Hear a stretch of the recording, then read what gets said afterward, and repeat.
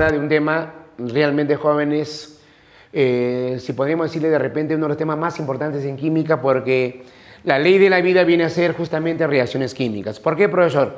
Porque de una u otra manera todo lo que ocurre en el universo, en la Tierra, en los cuerpos humanos, etcétera, siempre la transformación de la materia se lleva a cabo por reacciones químicas. Del momento que inhalamos el oxígeno y luego estamos liberando el CO2, eso se lleva a cabo por reacciones químicas. La verdad, jóvenes, que hablar de una reacción química es hablar de todo lo que existe en el universo en la transformación, ¿correcto? ¿Sí? Químicamente, ¿cómo lo podríamos más o menos conceptuar, no? Podemos decir que una reacción química es aquel proceso por el cual sustancias originales interactúan, pero para crear nueva sustancia.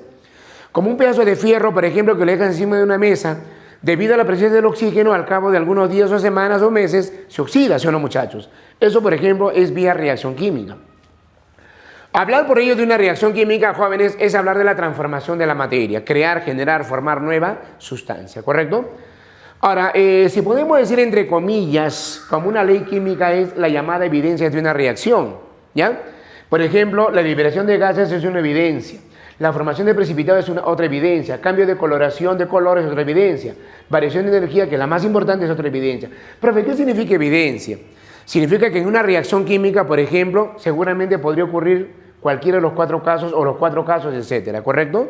Es lo que normalmente ocurre, ¿está bien? No necesariamente, por supuesto, ¿no? Porque no siempre se va a liberar un gas, ¿no? Entonces, generalmente ocurre de esa manera, ¿sí? Son las 4 evidencias que lo tomamos universalmente, ¿correcto? Pero, ¿qué podríamos decir? ¿Cómo podríamos experimentarlo? Veamos. Supongamos nosotros a ver que acá tenemos un pedazo de zinc, supongamos a ver, ¿está bien?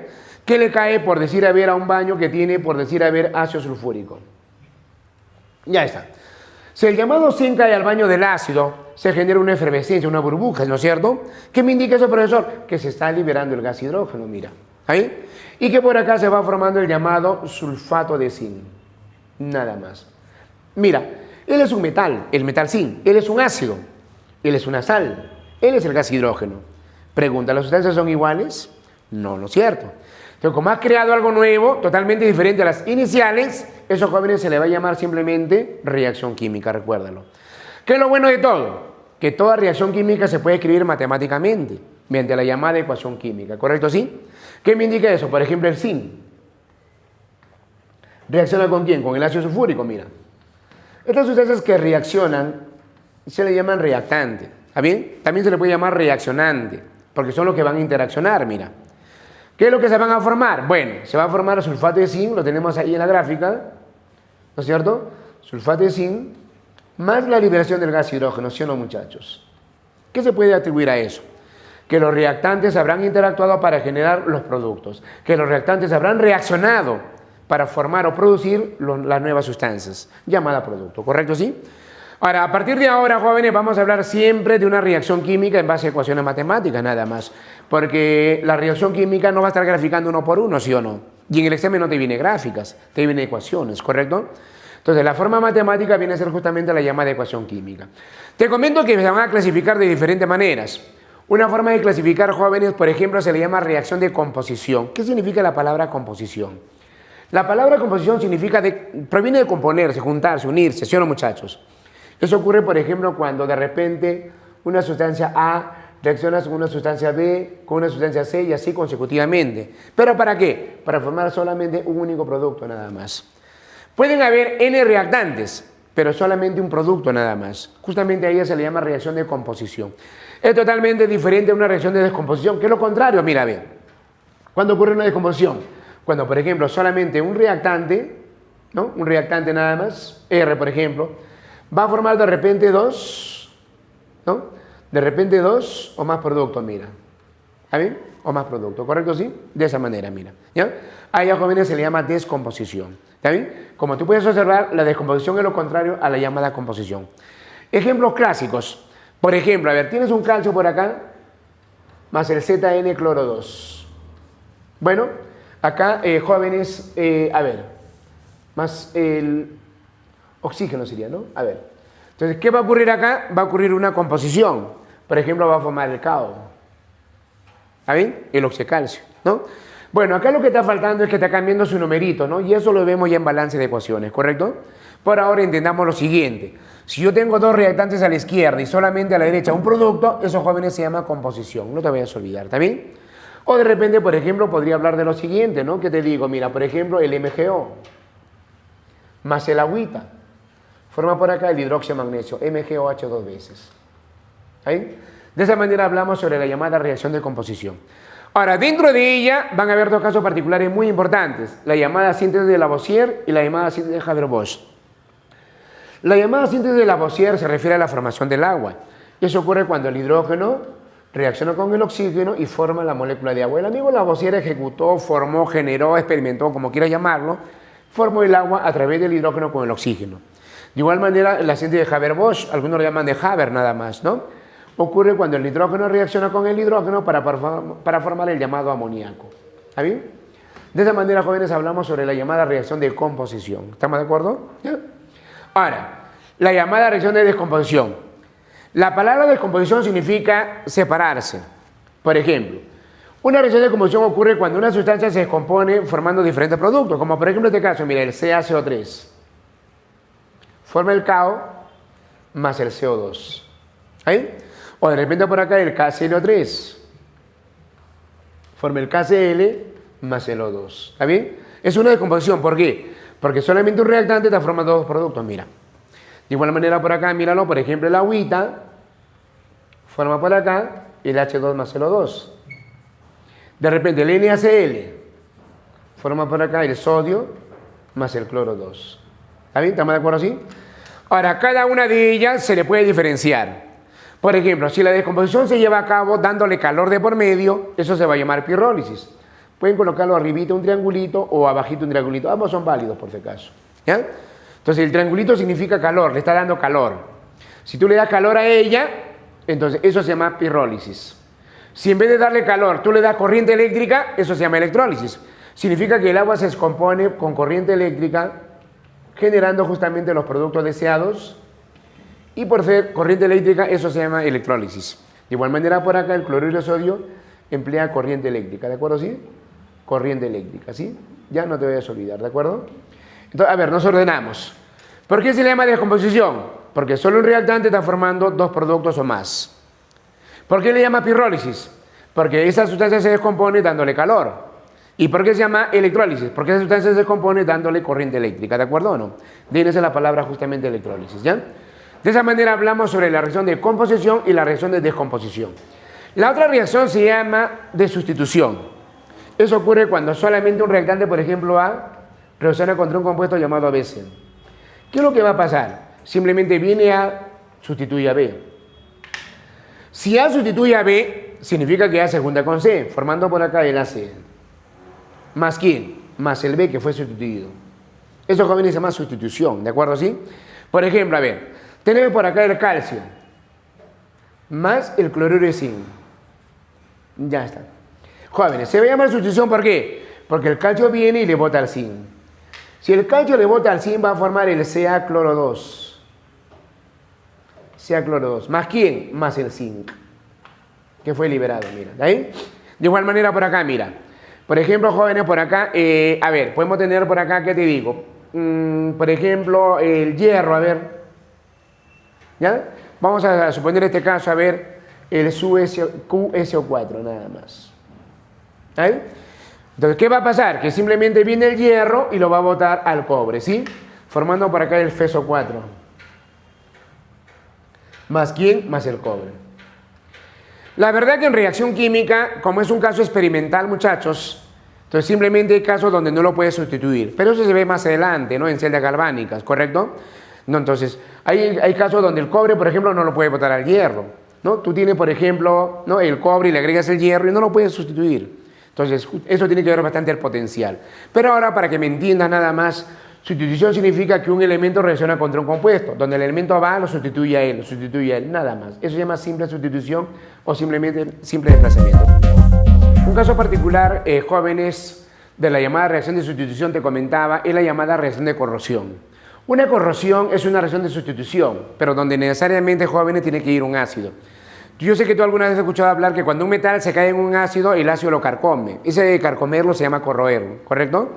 Por ejemplo, si coloco por acá un pedazo de hierro y le coloco acá en ácido sulfúrico, ¿qué es lo que va a pasar, muchachos? Simplemente el ácido lo va a carcomer al hierro.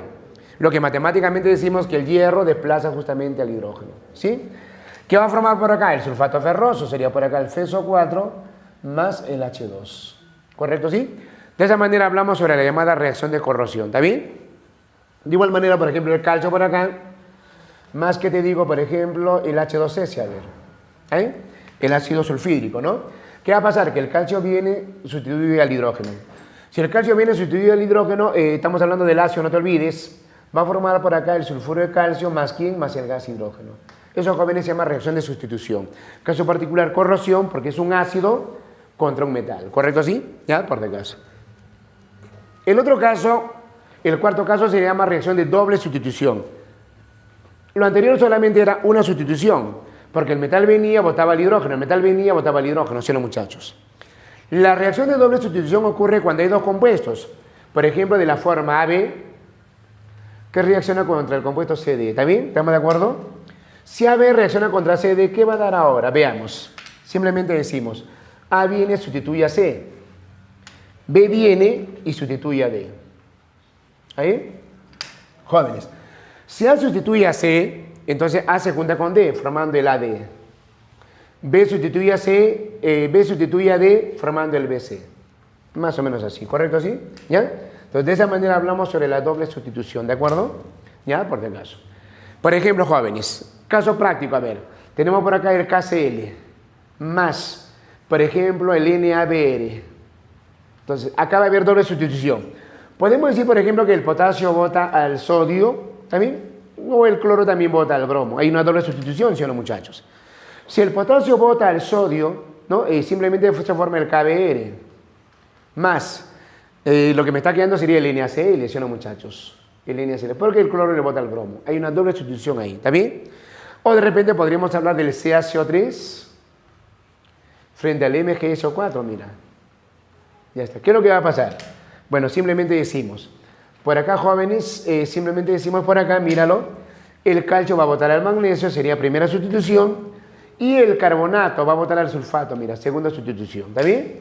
Si el calcio bota al magnesio, va a formar el sulfato de calcio, sería por acá el CaSO4. Más quién, lo que me queda sería carbonato de magnesio, sería el MgSO3.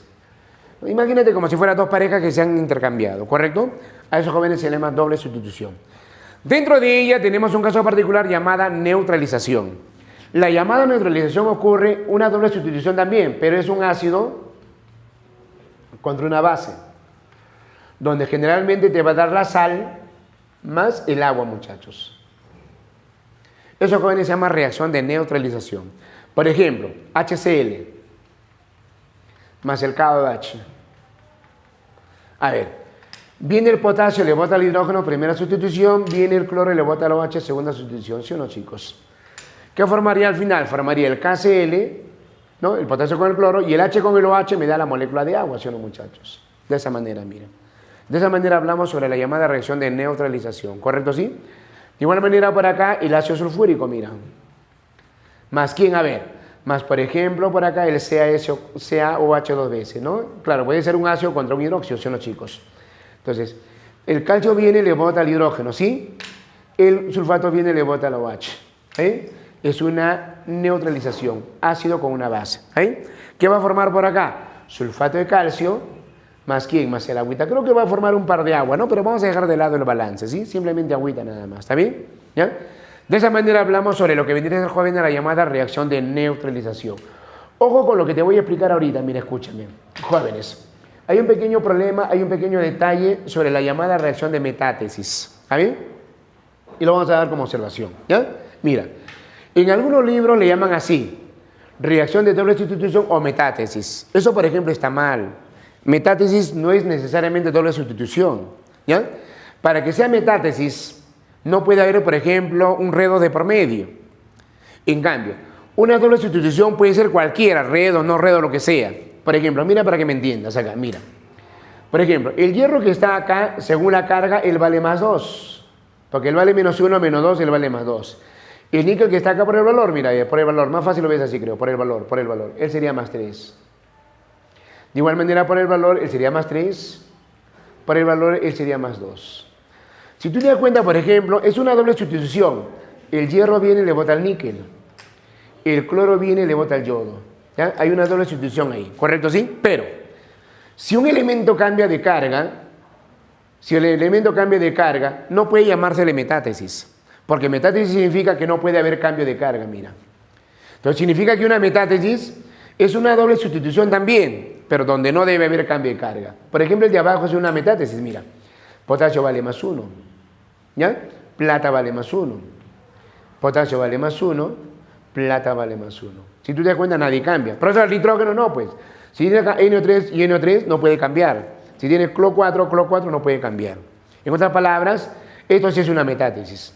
¿Por qué? Porque es doble sustitución y es no redox a la vez. En cambio, la anterior es una doble sustitución, ¿no? Pero hay redox de promedio. ¿Qué significa redox? Que hay cambio de carga. Mira, que ahorita lo vamos a ver por ahí también, ¿ya? Que hay cambio de carga. Entonces, si hay cambio de carga, muchachos, no puede ser metátesis. Ten cuidado, te estoy dando como una observación, ¿correcto? ¿Sí? La otra, mira, reacción de combustión. La palabra combustión es sinónimo de quemar. ¿Cuántas veces quemamos algo nosotros? ¿No? Provocamos un incendio de repente por ahí, ¿no es cierto? Entonces, jóvenes, el quemar algo se le llama reacción de combustión. Pero para que haya combustión, jóvenes, tiene que haber oxígeno. Si no hay oxígeno, no hay combustión, ¿correcto? Al oxígeno se le llama comburente y a la sustancia que va a quemar se le llama combustible, ¿no?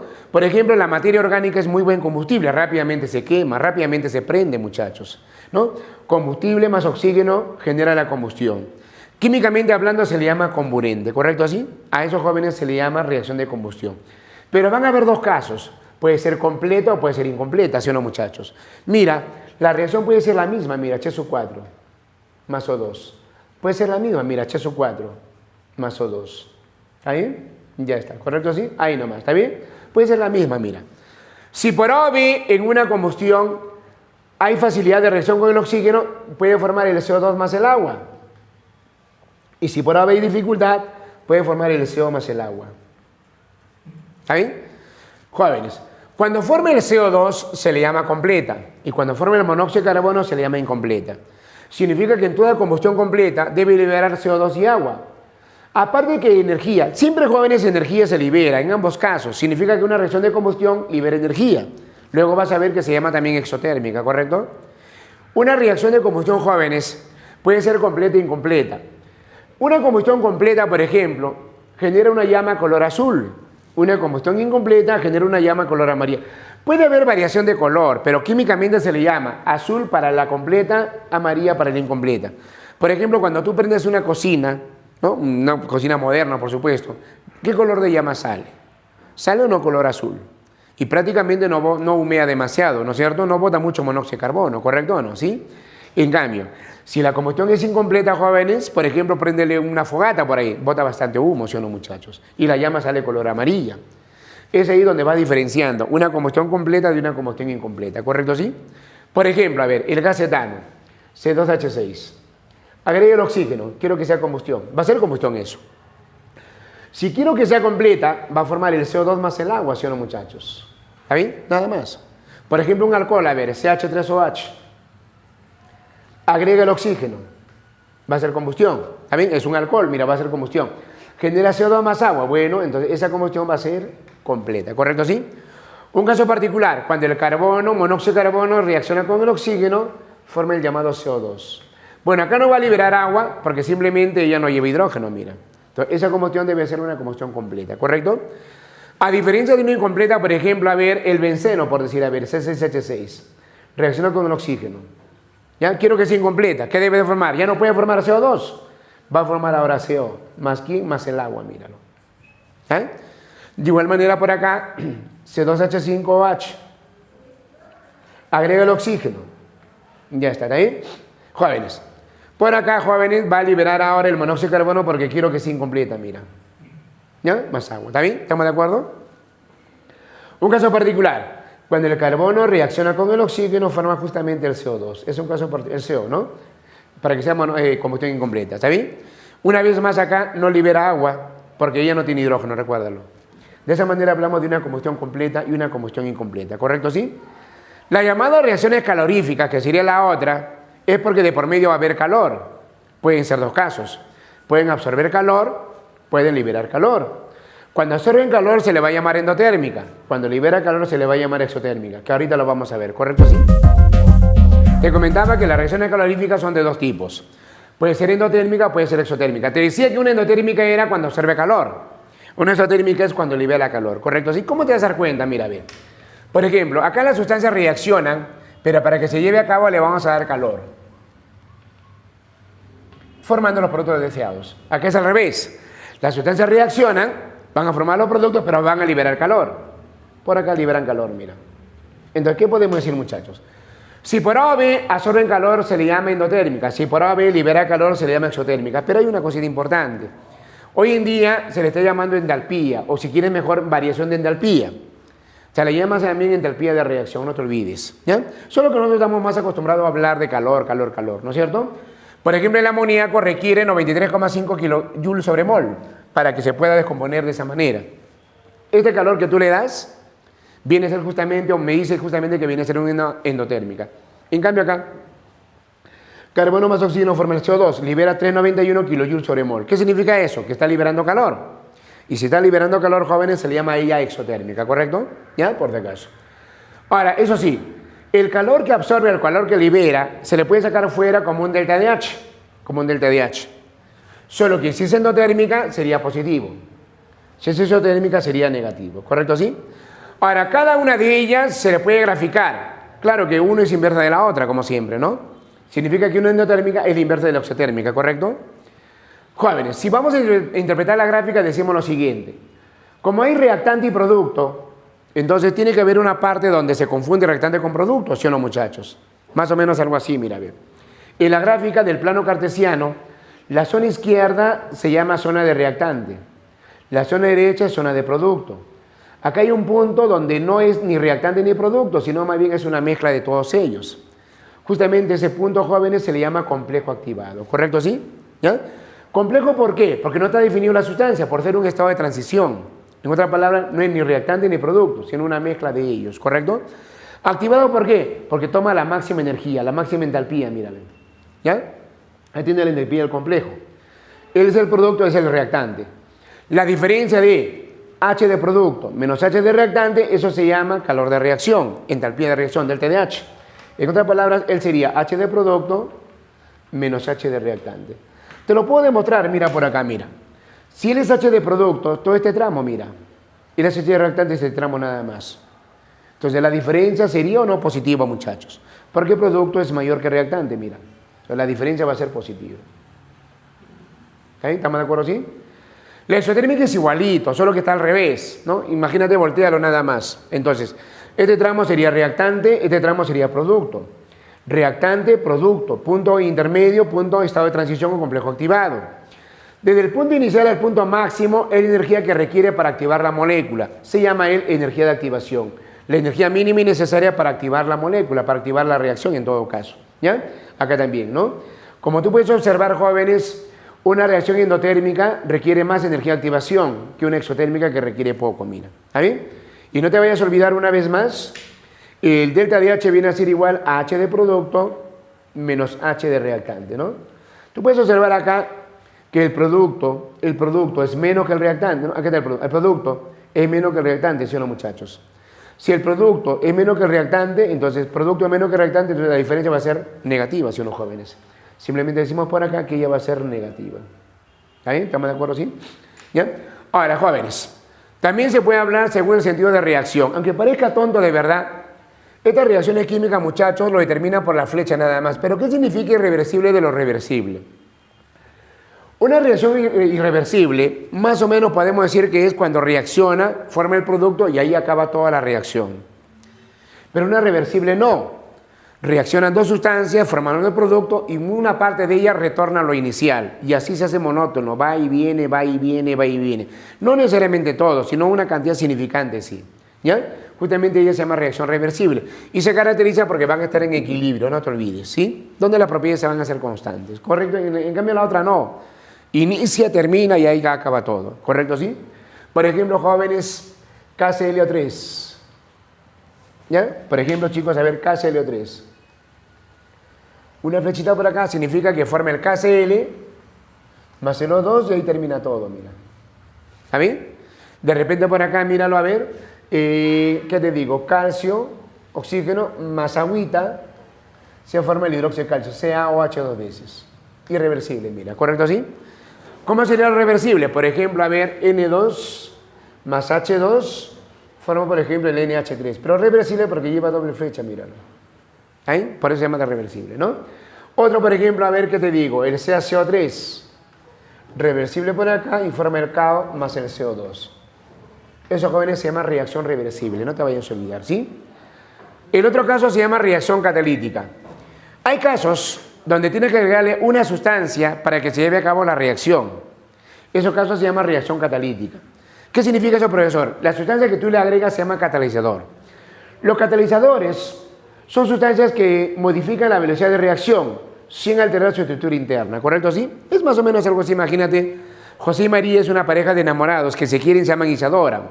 Pues esa cosita de la vida se pelearon y se distanciaron un poquito. Pero Carlos es amigo de José y María, su chochera, su pata, su yunta, ¿de acuerdo o no? ¿Sí? ¿Qué hizo Carlos? Fue a hablar con José por separado, fue a hablar con María por separado, los juntó y luego se marchó. Él, una vez que los junta y luego se marcha, podemos decir que él ha servido para ayudarle a formar la unión, son los muchachos. De repente nosotros le llamamos algo feo porque dice, oye, le está haciendo el bajo, ¿no? Oye, alcahuete, ¿no es cierto? Pero suena feo llamarle alcahuete. En química llámale catalizador, ¿correcto o no? ¿Sí? ¿Por qué, profesor? Porque los catalizadores son sustancias que ayudan a que se lleve a cabo la reacción. Ahora, jóvenes, los catalizadores, muchachos, varían, vamos a decirlo así, modifican la velocidad de reacción sin alterar su estructura interna. En otras palabras, no se consumen nada. Por eso pueden ser de dos tipos. Pueden ser positivos o pueden ser negativos. A los positivos comúnmente le llamamos catalizador. Al negativo normalmente le llamamos inhibidor. Pero el catalizador aumenta la velocidad. El inhibidor disminuye la velocidad. Lo que aumenta la velocidad se le llama catalizador. Y siempre un catalizador o un inhibidor se coloca encima de la flecha. Por ejemplo, si yo le coloco acá granillas de hierro, ¿no? Esto lo hace más rápido, formando el llamado amoníaco. El hierro en este caso es el catalizador. Debes entender que solamente ayuda a que se lleve a cabo más rápido la reacción y luego se marcha con su misma cantidad. Prácticamente, jóvenes, no se consumen, ¿de acuerdo o no? Ya, por si acaso. De igual manera, por ejemplo, al peróxido, si yo le agrego el pentóxido de dimanganeso, ella hace que no se descomponga tan rápidamente. Por lo tanto, está sirviendo, disminuyendo la velocidad de reacción. En otras palabras, inhibe la reacción. Retarda la reacción, disminuye la velocidad, lo hace más lento, ¿correcto? ¿Sí? Porque si no, caramba, forma cualquier cosa, ¿de acuerdo o no? Pero sin embargo, el pentóxido acá hace que ella disminuya un poco su velocidad. De ahí nace la palabra catalizador negativo. Retarda la velocidad, ¿correcto? ¿Sí? De todas las reacciones químicas, realmente la más importante viene a ser reacciones de óxido-reducción. Ahora, debes entender que la palabra óxido-reducción deriva simplemente de dos nombres, de una oxidación y de una reducción. La palabra reducción deriva de reds, la palabra oxidación deriva de ox. Si lo juntamos significa simplemente redox. Pero debes entender que la palabra redox significa realmente transferencia de electrones. Significa que una especie va a perder para que otra especie vaya a ganar. Y cuando ocurre eso, es ahí donde se lleva a cabo la llamada reacciones redox. ¿Correcto? ¿Sí? La oxidación, jóvenes, es la primera parte y la reducción sería la segunda parte. Por ejemplo, una oxidación es cuando un elemento aumenta de carga.